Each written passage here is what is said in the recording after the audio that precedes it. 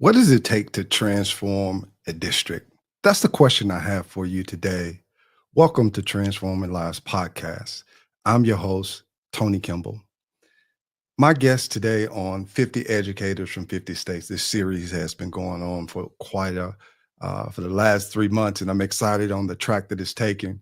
My next guest is no stranger to transformation. When we think about transformation, it's all about how do I start at a particular point and then move, whether that's a group of people, whoever, how do I move people forward? My next guest is going to help me out with that. My next guest is Dr. Zandra Jo Galván. I'm excited about what she's going to bring to the table, what she's going to share with us. I have some questions, and I'm just excited to hear about what she's doing in schools, what she is pushing for in her current position right now. I'm excited that she's here. I'm excited of what she shares. Listen, I follow her on social media, and I'm just excited in everything that I'm seeing. And yeah, I'm excited. You get yourself ready to go. But before I do that, hopefully you're able to hear what's about to be said.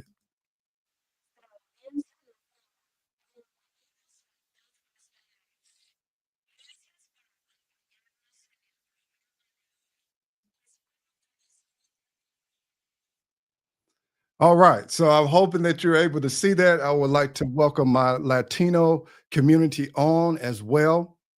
And we want to make sure that we just enjoy tonight. All right.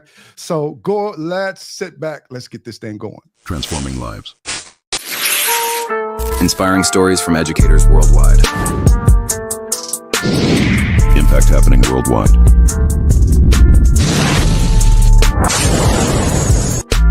Your transformation starts here. All right, guys, your transformation starts here, but I have a transformer that I'm about to bring up, just a dynamic person. And I'm excited about the questions that we're going to go through, but it's just a conversation. This conversation leads to transformation.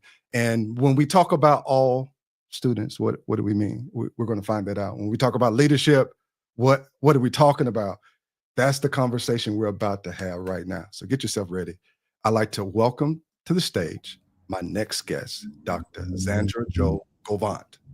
Did I get that right? Did I get okay? I was close. Got it right. Hola, ¿cómo estás? Fantástico. Okay.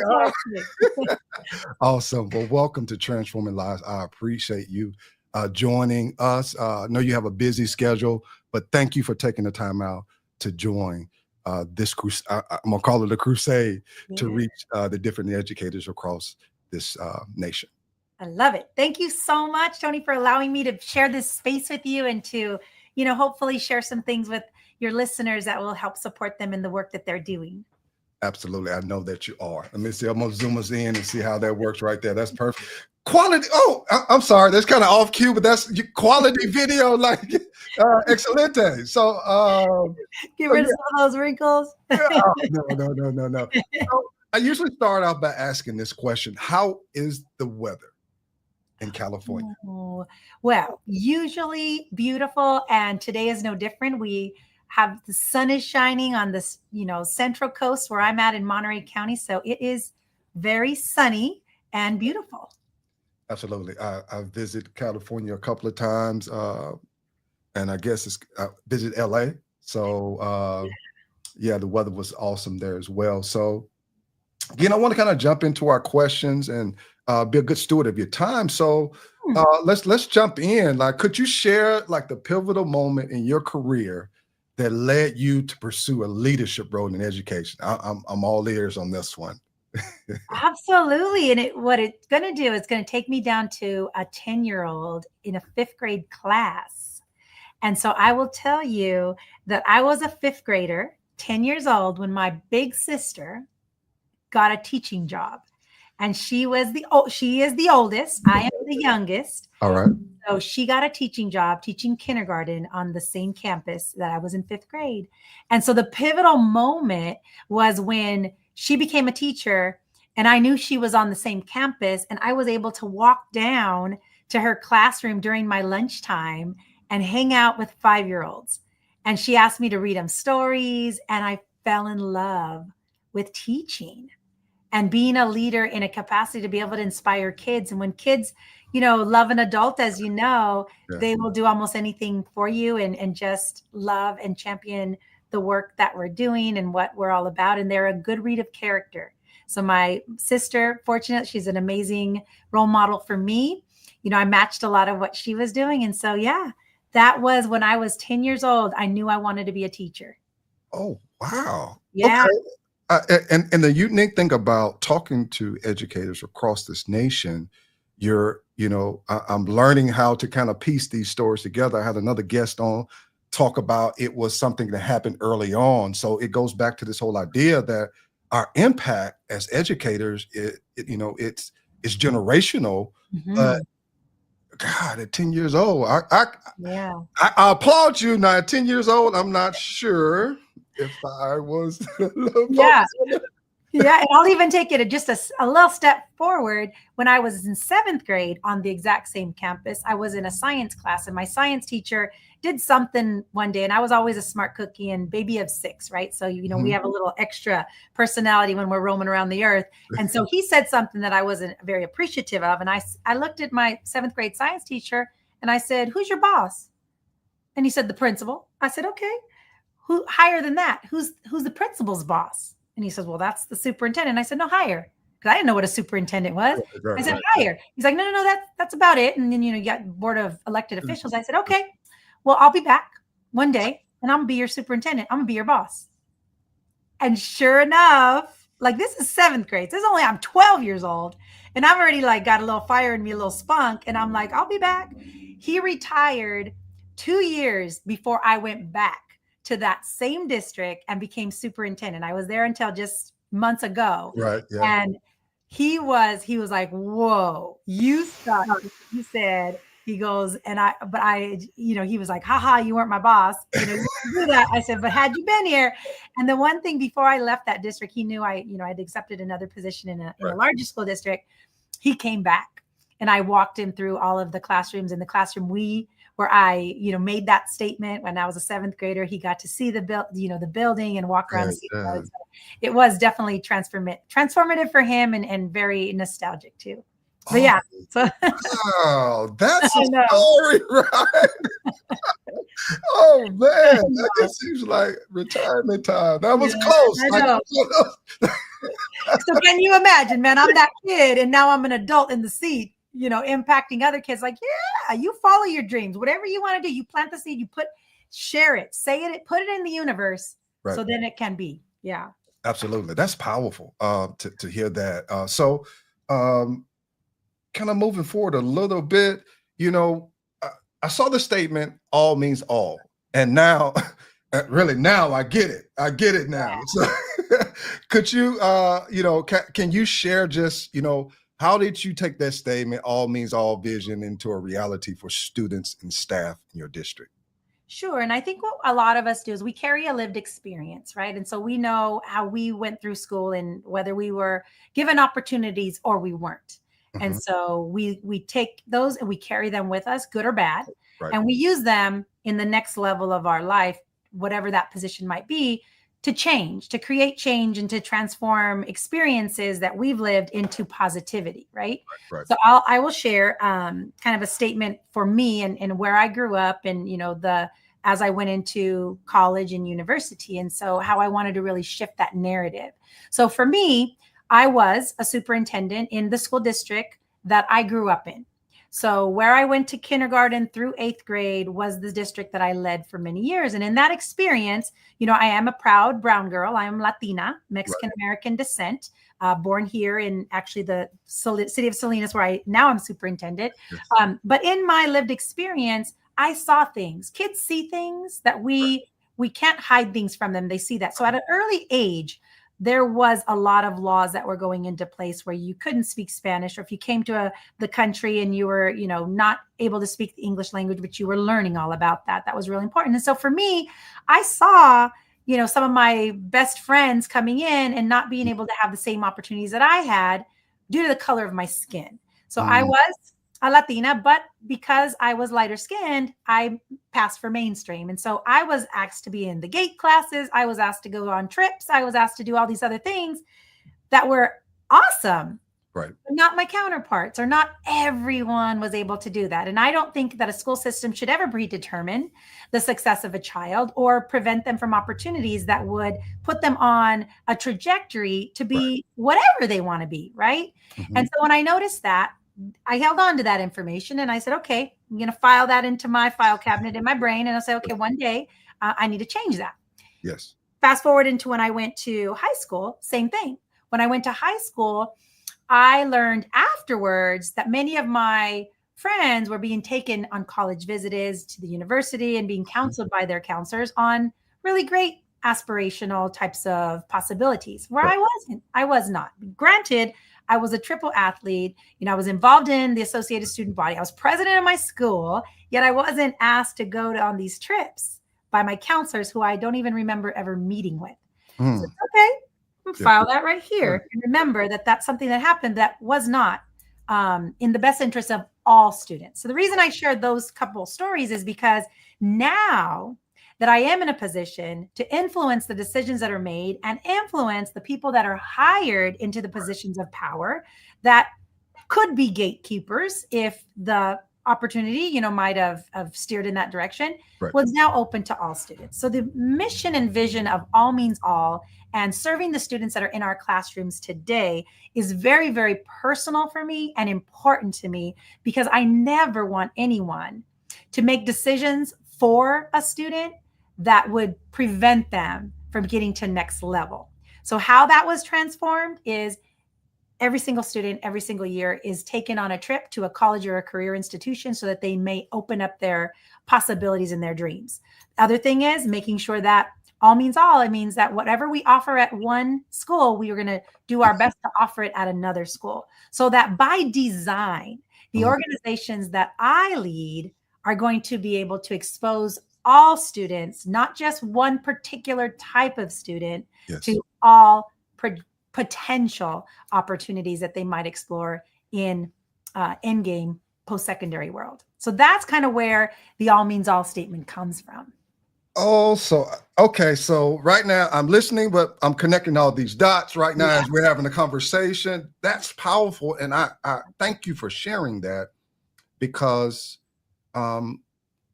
it's all about exposure. I had a guest on that talked about making sure that their students had exposure, and that exposure impacts how they see themselves.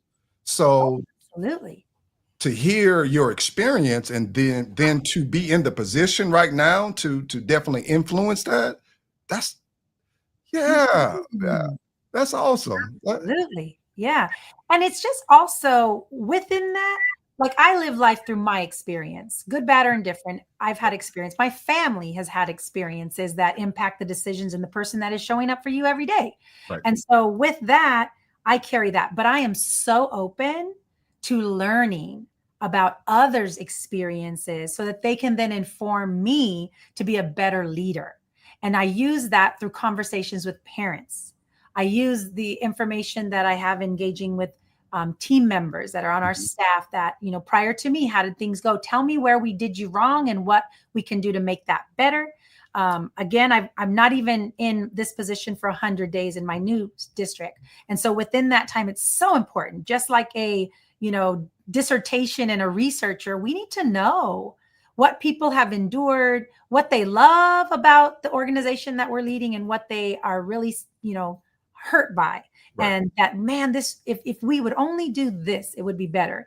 And in that journey, I've talked to hundreds of students that I now serve. And my current district is from 7th grade to adults. Right. So these are big kids with ideas and opinions about things that matter to them. And I love that about being a superintendent of a secondary district, because middle school and high schoolers, they will tell you what they think you should know. And so I am so fortunate and proud of that. They're not only brilliant and beautiful people, they're bold and they're brave. They will send me emails, like I can check my email every day and I'll have some kind of a message from a student that I've connected with and had a conversation with, because I will pause.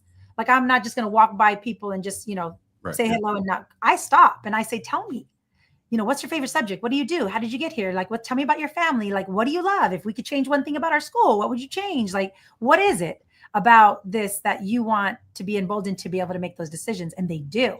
And then they email me and they follow up and they said, Dr. Galván, I was really empowered by the conversation we have. Can you come back? And I need you to talk to my leadership class. Or I need you to talk to my second period class. Like, things like that make a difference. Right, absolutely. Make a difference. And as we grow and we mature in life, whether it was my 20-year-old self, my 30-year-old, my 40-year, I'm going to be 54, I think it is, next month. All of those times in our life have made us a better version of ourselves. Correct. And how I live my life today versus how I lived it as my 20-year-old self is much different. Right. Like, I am very judicious about who I give my time to and who I listen to. And I make sure I'm not about anyone that's going to drain the life out of me. I'm all about, how do I make sure that I support you and give my full self to you in this conversation? And the thing and why I do that is because we do not know our expiration date. I don't know it. Correct. So if today's my last day on this earth, I better have given and lived my life to its fullest and given my time to those who I love and who I know can support what we're doing and make sure that our children that are served to the greatest ability of ourselves. And so when you live life through that lens, it's a lot easier to be a leader and to listen to those who you need to listen to. This is powerful. Yeah. I mean, you listen. So, as I said earlier, one of the things is, with imagination, you have infinite possibilities. When you're on social media and you're looking at these different posts, and later we're going to get into this, but I just need to bring this up right now, of the connection that I'm seeing of having workshops for parents, highlighting pictures where students have accepted college, accepted into colleges. So it's like seeing this and making this connection of the leader, and you understand, even though it's been since October, I think October. Yeah. Mm-hmm. So it's like seeing that and hear your drive right here is such a powerful experience right now. Talking about social media, let's back up a little bit. Let's talk about how, using technology, how it drives, equity and inclusiveness, and, what advice would you give other districts there? What's happening, what I'm seeing right now, I'm seeing other people that are paying attention to what's going on with these 50 educators from 50 states. I'm seeing it. Mm-hmm. So what I would like to happen is they can hear this conversation that you're about to have on, what advice would you give to those districts? Yeah. So my advice would be, what's the right thing to do? And so always thinking about, if my students need me in this school district and they need to have a conversation or they're concerned about something, what's the right thing to do? Mm-hmm. Like, what would we do? Would we turn away from that conversation? Would we enter it and engage through a lens of seeking to understand, through the lens of empathy? Because people will be fearful of things that they are uncertain of, or they will be fearful of things that they do not know much about. And so for me, my advice is to be the leader that our students deserve to have. And for me, that means being present.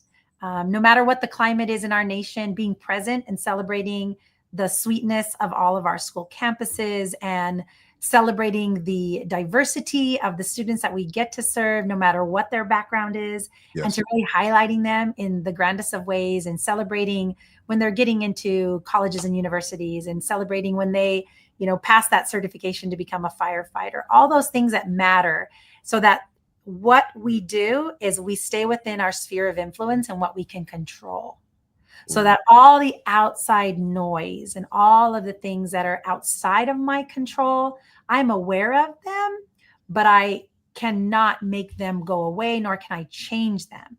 But what I can control is the narrative and the engagement and what we highlight on a daily in each one of our schools. And that's what inspires and holds those students to wanting to engage and wanting to tell their story furthermore. So I think that if we can stay in the realm of What are schools designed to do? Yes. What is our vision and our mission about? Is it about celebrating every child that comes into our schools? Absolutely. Is it about matching them with their hopes and dreams? Yes. Is it about making sure that the programs that we offer are going to make a change and provide something that our students need to be able to make the most informed choices about which career they want to enter or what college or university they want to attend? Absolutely. Yes. And if you live through that lens, and my advice would be to stay there and keep celebrating kids for the greatness that they bring and engaging their families in the same manner. Our families trust us to educate their children and to make the best decisions to support their child's post-secondary success. So I think my advice is to stay and live in that lane. It is easy to get tied up and caught up in, some kind of political, connotation or whatever is happening in the grand world, but be aware of all that, but stay true to what you can control within your sphere of influence. Oh, that's Yeah. good. That's good. Mhm. That is, when you think about what can you have an impact on, I think that's powerful as a leader to not just, it's good for the leader to think like that, but how do you guide everyone else to that particular mindset? So that's powerful. So we want to kind of move to culture. I can hear it. I've heard it in the questions, like how do you cultivate a culture where every team member feels empowered? I feel like you've answered this question. We're going to try in terms of breaking the cycle of poverty for students. Yeah, So could you share that with us, please? absolutely. So a call to action, right? If there's a call to action of anything, is as building leaders, as classroom leaders, as district leaders, really being in tune with your data. What does your data say? And if your data says that 91% of your students, which is what my data says, come from a home in poverty, then that's a big deal. And what I know about the cycle of poverty and what we want our listeners to understand is that breaking free from the cycle of poverty is going to require education. It's going to require some skills so that when students leave our school districts and enter as adults beyond the post-secondary world, that they have opportunities to break free from the cycle of poverty. Because here's what we know about the cycle of poverty. And I lead with a slide whenever I can with meetings with the community or with my school board of trustees or with teachers and administrators throughout our district. The one thing that we know is if a child grows up in poverty, they are going to be at a deficit because they will not have the same means in home with the books and the availability of tutors and the availability of programming because there's not enough money to do that. Right. So if that happens, they're going to go through school at a disadvantage from others that might not be in the poverty cycle. So if that happens, they're going to struggle to find a job when they leave us. So this is also an economic, problem in our nation. If they are not educated and they can't find a good job, then the economy is going to suffer. Right. Furthermore, if you are at an economic downfall and you struggle to find a job, then what's going to also happen is you're going to marry someone that is also in your same economic situation. And then you're going to have children that are born into poverty. And so it's a never-ending cycle that will never end, and it will perpetuate until we do something about it as leaders to break students free from the cycle of poverty. So that's what I lead with when I lead this district that I'm in the district that I was in before. Same thing, over 90%. And so what we do with that is we provide programs, opportunities, the courses, the support within our school entity to make sure that our kids are educated, that they have opportunities to graduate. 4 areas. They will be able to become into the college or university pathway because they have adequately been prepared through all the right courses that'll allow them to apply and get accepted into colleges and universities. Number 2, we will build them out with some career technical education pathways. We have phenomenal pathways here in school districts, mine and others, that will automatically, if you want to be a firefighter, if you want to enter the medical careers, if you want to become a nurse, we'll get you on that pathway. Mechanics, welders, all of those high paying, job market trend jobs will help you in that direction as well. The other one is enlisting. Maybe you don't have the means to go to college or career and you're not aware of the, financial supports that we have. So maybe you want to enlist in our wonderful armed forces to be able to defend our country. That's another opportunity. And then the fourth one I would say is entrepreneurship. Yes. Are we training up our kids to become a business owner right when they get out? There are such talented students within all of our communities. Mine is no different. We have such talent. If we showed you how to become your own entrepreneur and start a business, then you'll be contributing to this wonderful economy and breaking yourself free from the cycle of poverty. So it is grander than very simplistic notions. It is about really end game, especially for me, because I am a secondary district. If I don't do something about the opportunities and the means for our students to be able to go out into the world and make a great living, then I've not done my job, nor has my school district supported our students to obtain that post-secondary success. So when I talk about the cycle of poverty, that's what I'm referencing. Oh, you laid it out well. I can send you the graphic too. It's pretty awesome. Right. So, I mean, I'm being very serious. Yeah. I mean, Yeah. we can talk afterwards because, you had those you addressed those points within the cycle. And I think you can talk about, well, let's break poverty. We want to break people out of poverty. But if you can't analyze that data, it's a problem because, okay, we want to go do it. We want to go win the game. But if we don't have a plan to get, so planning and I can feel the passion in your voice when you talk about this and not giving a student just one way to break poverty. You have multiple ways, and let us help you through that process. Yeah. And I will add, college and university was always, and it will continue to be something that people elevate, right? If you are not getting into college or a four-year university, you're a failure, is a lot of what people think. And that we need to change that narrative. We need to change that narrative because careers are amazing and the career technical education pathways are amazing and it matches students.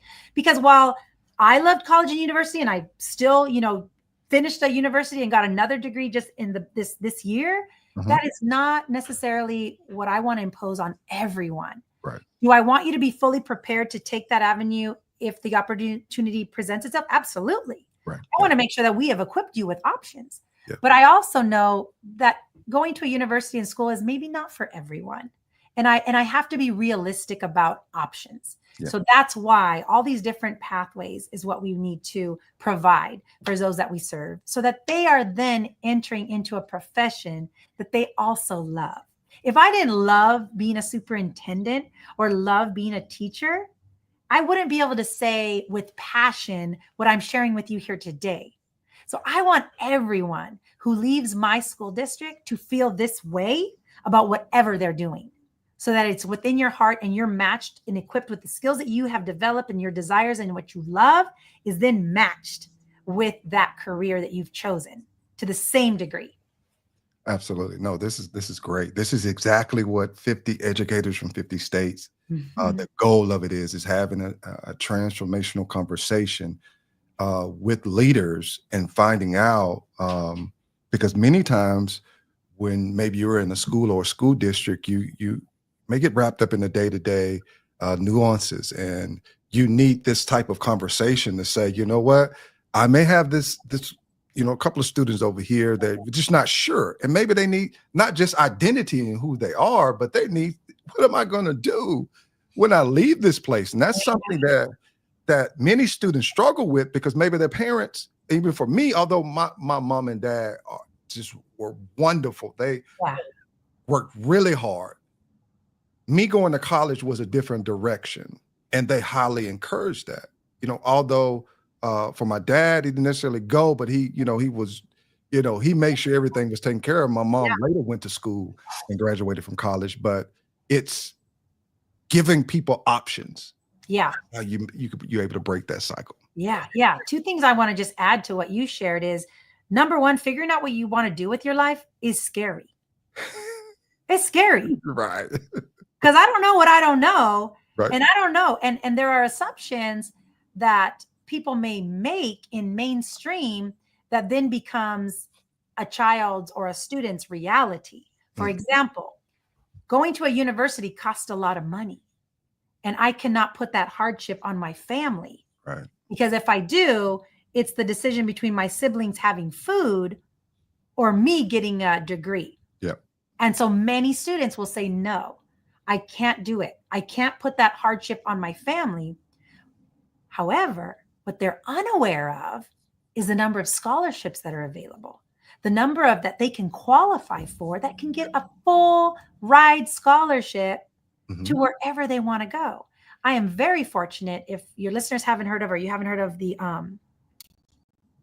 QuestBridge scholarships. QuestBridge, if anyone wants to Google that, is an amazing opportunity for students across this great nation to have a full ride scholarship and be matched with an Ivy League school at no cost to them or their family. It is an application process. They go through this with, like their team leaders, their teachers, their counselors can help them. In my district alone, we had over 12, I think it was 12 students that qualified. They have been matched with Princeton. They have been matched with Yale.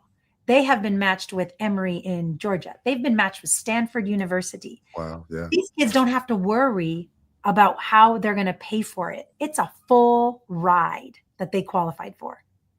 But people don't know about that unless you have team leaders or adults on your campuses that are fully aware of that.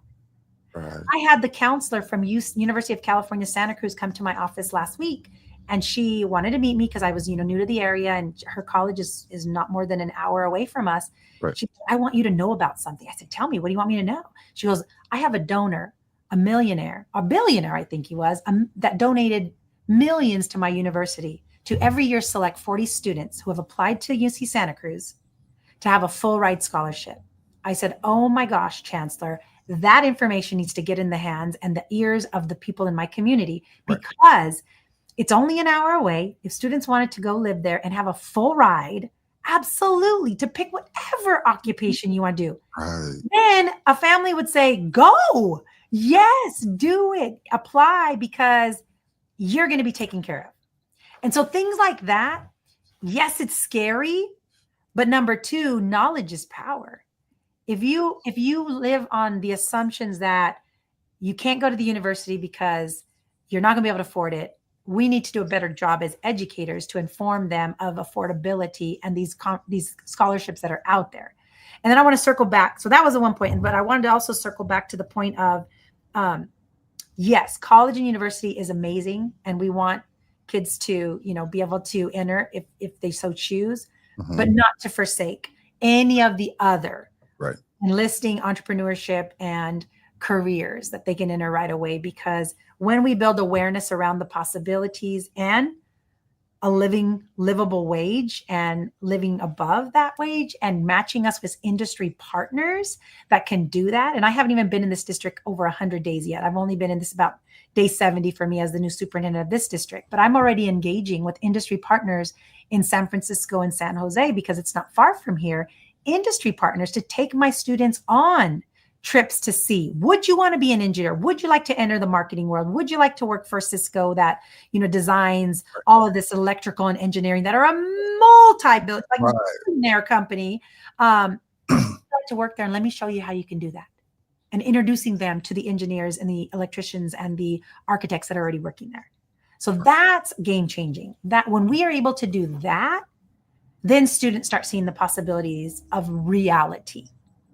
All right. No, that's good. I want to pause a second. I'm a tech guy, and if you brought up QuestBridge, I want to make sure I have it right. Yeah. Let's see what happens here. Let me see if I am sharing. I am sharing it. Okay. Hey. Make sure this is correct. That's it. Okay. Well, perfect. Yeah. Right here. If you are looking at this as a replay, I'll make sure I have this in the YouTube description or whatever platform you're viewing this on. So this is your opportunity. Want to show that. So being a little innovative. Awesome. Great job. And I want to call out, my counselors in the Salinas Union High School District are amazing. They are the ones that make this happen. But I do want to give a shout out to 2 individual teachers that brought this to my attention, because they had the most students qualify. They had 5 qualify for this scholarship. And across the nation, they probably only have like 2,000 that they're awarding. But 12 were from my district and 5 came from one school here on the West Coast. And so 2 people that I want to call out is Mr. Dana Henry, who's an amazing leader who loves on, making sure that her kids have that application, and she is sharp as a tack when it comes to the application process, and Mr. Williams, who's her counterpart over there. And so many people, but I do want to name out a couple individuals who shared with me about it and the work that they do behind it. And so powerful people, powerful teachers, counselors that make these kinds of dreams come true for kids. Oh, awesome. That's powerful. And it is, again, you try to be you try to interview your guests, but then your mind is kind of just wrapping into what's being said, and the direction, like exposure is just powerful. Yeah, this is good. This is awesome. So I can't say this is, the main question I wanted to get to, because all of them have been so awesome. I've just watched how you're using social media to celebrate successes, engage with the community and build a stronger relationship. Can you kind of share this with the viewers? Because pretty much now, until I don't know, maybe my eyes will be closed. I think social media will still be going on. Oh yeah. So I think this is an important part of a school leader. So could you share how you're using that in your school district? Yeah. So social media as a platform. And so I would say it's all about branding. And so we have a professional brand and we have a personal brand. Right. So if any of our listeners were to Google anyone, if you Googled me, you would see what I hold close to my heart what I post. And that is a story about your leader and what you believe in. And so how you use it for good is to amplify the voices of those we get to serve and what is important to us. So as the leader of the Salinas Union High School District, a few things that I hold true to my heart that you would immediately be able to tell from my social media is I love people and I love kids and I love celebrating people and kids every single day. Right. So that's one of the things that I hold true to my heart. Just this morning, I was over at a parent meeting at one of my high schools, and I was celebrating the conversations we were having and the people that showed up for their kids as high school parents. Yesterday, I was over at another school in my school district, LaSalle High School, and I was over there talking to parents and students about what they love about their school and how they want to amplify that. I was in an advanced placement class where students were learning all about college and really celebrating what they're doing. And on the back of the wall, it showed all of the different things and where kids are going after high school when they've been accepted to different places. And then prior to that, I was over at our regional occupation center talking to our students that are becoming mechanics and welders and firefighters and getting all the certifications so that as soon as they graduate, they can apply for a job and have the certifications that meet the standard for the industry. If people don't know that's happening, like they need to know. I'm going to start a platform, something like #DidYouKnow, and then highlighting everything that is so amazing and the people who serve kids in my district about that. So that is number one. Like you'll see that it's going to poke your eye out when you get on my social media. The other thing that I'm really all about is inspiration and leaving people a little better than I found them. And so those are some daily inspirational quotes that I put on every single morning throughout my platforms. I'm on the big 4. I'm on Facebook, Instagram, LinkedIn, and on Twitter, just sharing an inspirational quote that is maybe something that someone has shared with me that they're enduring right now in their life, and I'm trying to help them navigate through that, or something that I've experienced and struggled with and wanting to navigate through too. Like today's post was a really good one. Let me see if I can find it for you. But it was truly about this moment in time. And so one thing that I posted today for inspiration and reflection was, the crown is heavy. Don't reach for it if you're not ready to carry it. Ooh. That's heavy. Yes, it is. Because if you're going to carry the crown, what does that mean? That means that if you're going to take a leadership position and you're going to take that title, okay, but with the title comes actions and support to be able to support those and to advocate for those within your responsibility. So again, the crown is heavy. Don't reach for it if you're not ready to carry it, was what I posted today because of the things that are happening all around me and around this nation. And so inspiration is big. Reflection, inspiration is what I'm all about with social media. And then I would also say health and wellness, mental and physical wellness is another thing I'm all about, because you can't be a leader Mhm. without taking care of yourself. And Mm. so for me, being mentally well and physically well is really important, because I will not be able to do this job if I don't take care of both physical wellness and mental wellness, because otherwise I won't be able to be my full self when I'm engaging in a meeting or standing in front of a group of leaders, because I'm tired or I'm Right. not in a space to be able to lead. And I need others Right. in this position to help me. So I'm all about, sister circles and my superintendent sisters from across this nation that we lean on to help each other. Just before this call, I will be honest with you, I was with a national meeting with some superintendents and aspiring superintendents that are Latino and Latina. And we were in a space just talking about, what we're going through right now, and how can my leadership help inspire you, and how can your leadership inspire me, because we need each other. It's that sense of belonging and inclusivity when it Mhm. comes to anything that we're doing in life. I need that. And I will post about that too, just to shout out to leaders that inspire me to be a better leader. And in turn, I will hopefully be inspiring someone else to want to follow in my footsteps, so that they can then be the next superintendent of this district. And so that's why social media is so important, because if we don't tell our story, someone else will fill in the blanks for us. And 9 times out of 10, it's not going to be the story that you want to be told.